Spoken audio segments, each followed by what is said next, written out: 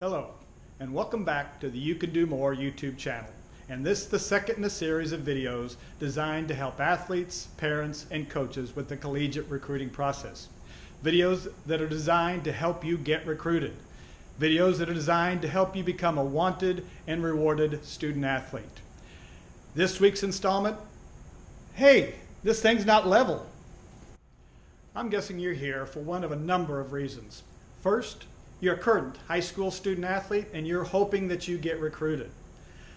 Second reason you might be here is that you've got a son or a daughter that's currently a high school student athlete and you're hoping that they get recruited. Or you might be a high school coach that has a student athlete that you're wanting to help get recruited. All good reasons for being here. What does get recruited mean? Simply, it means you need to become wanted and rewarded. We're going to talk a lot in this series about how to become more wanted, how to market yourself better. The reward part, what does that mean?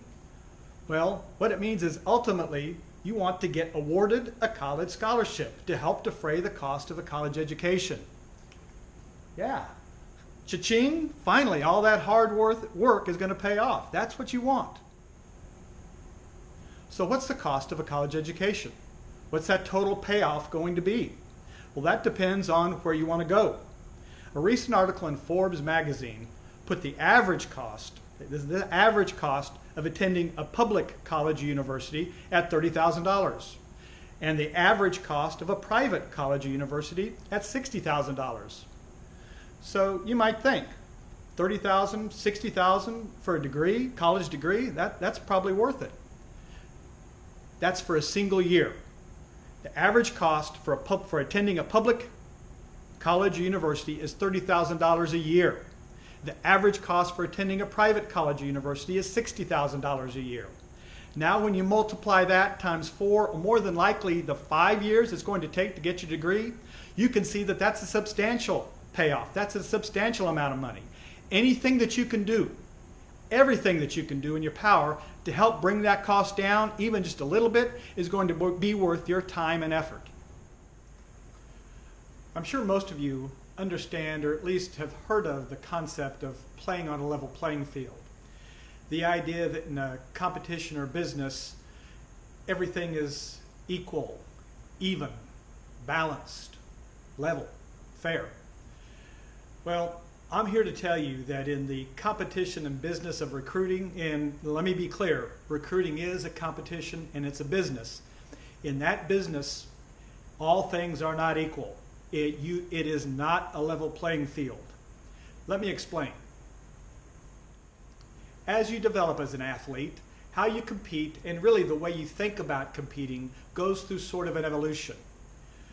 When you join your first team, whether it's a Pop Warner or a middle school team, when you first start competing as an athlete, the bar really is pretty low.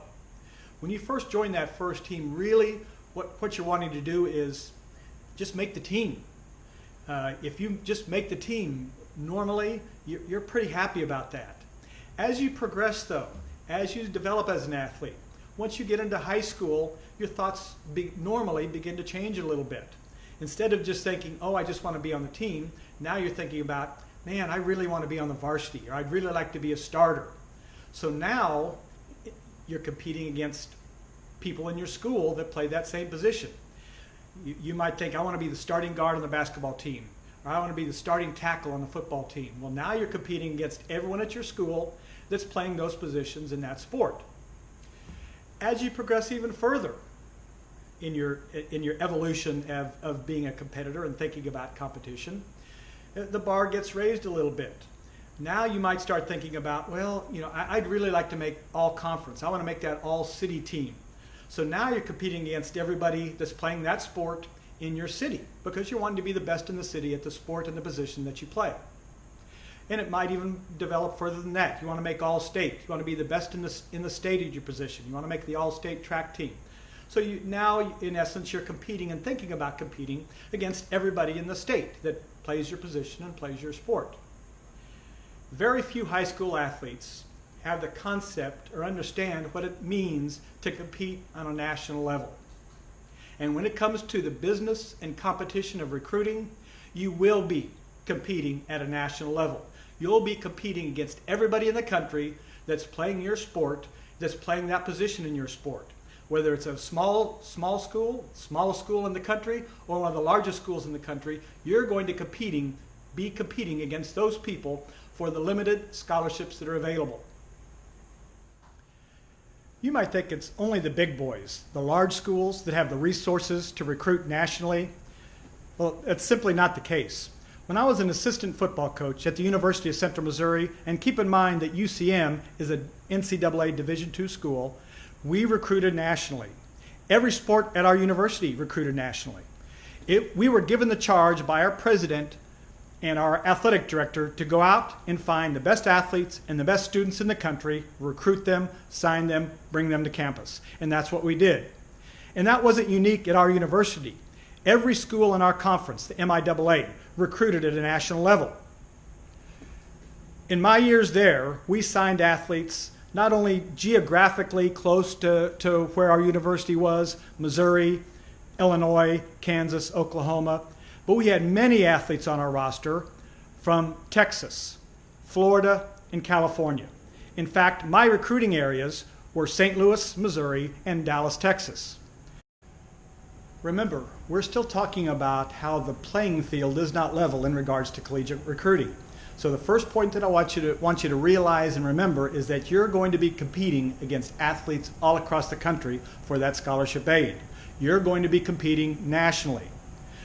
When I first envisioned this series of videos, I promised myself I would keep each segment bite-sized, about 7 to 8 minutes long, to help you better understand and digest the information that I'm presenting, because I throw a lot at you.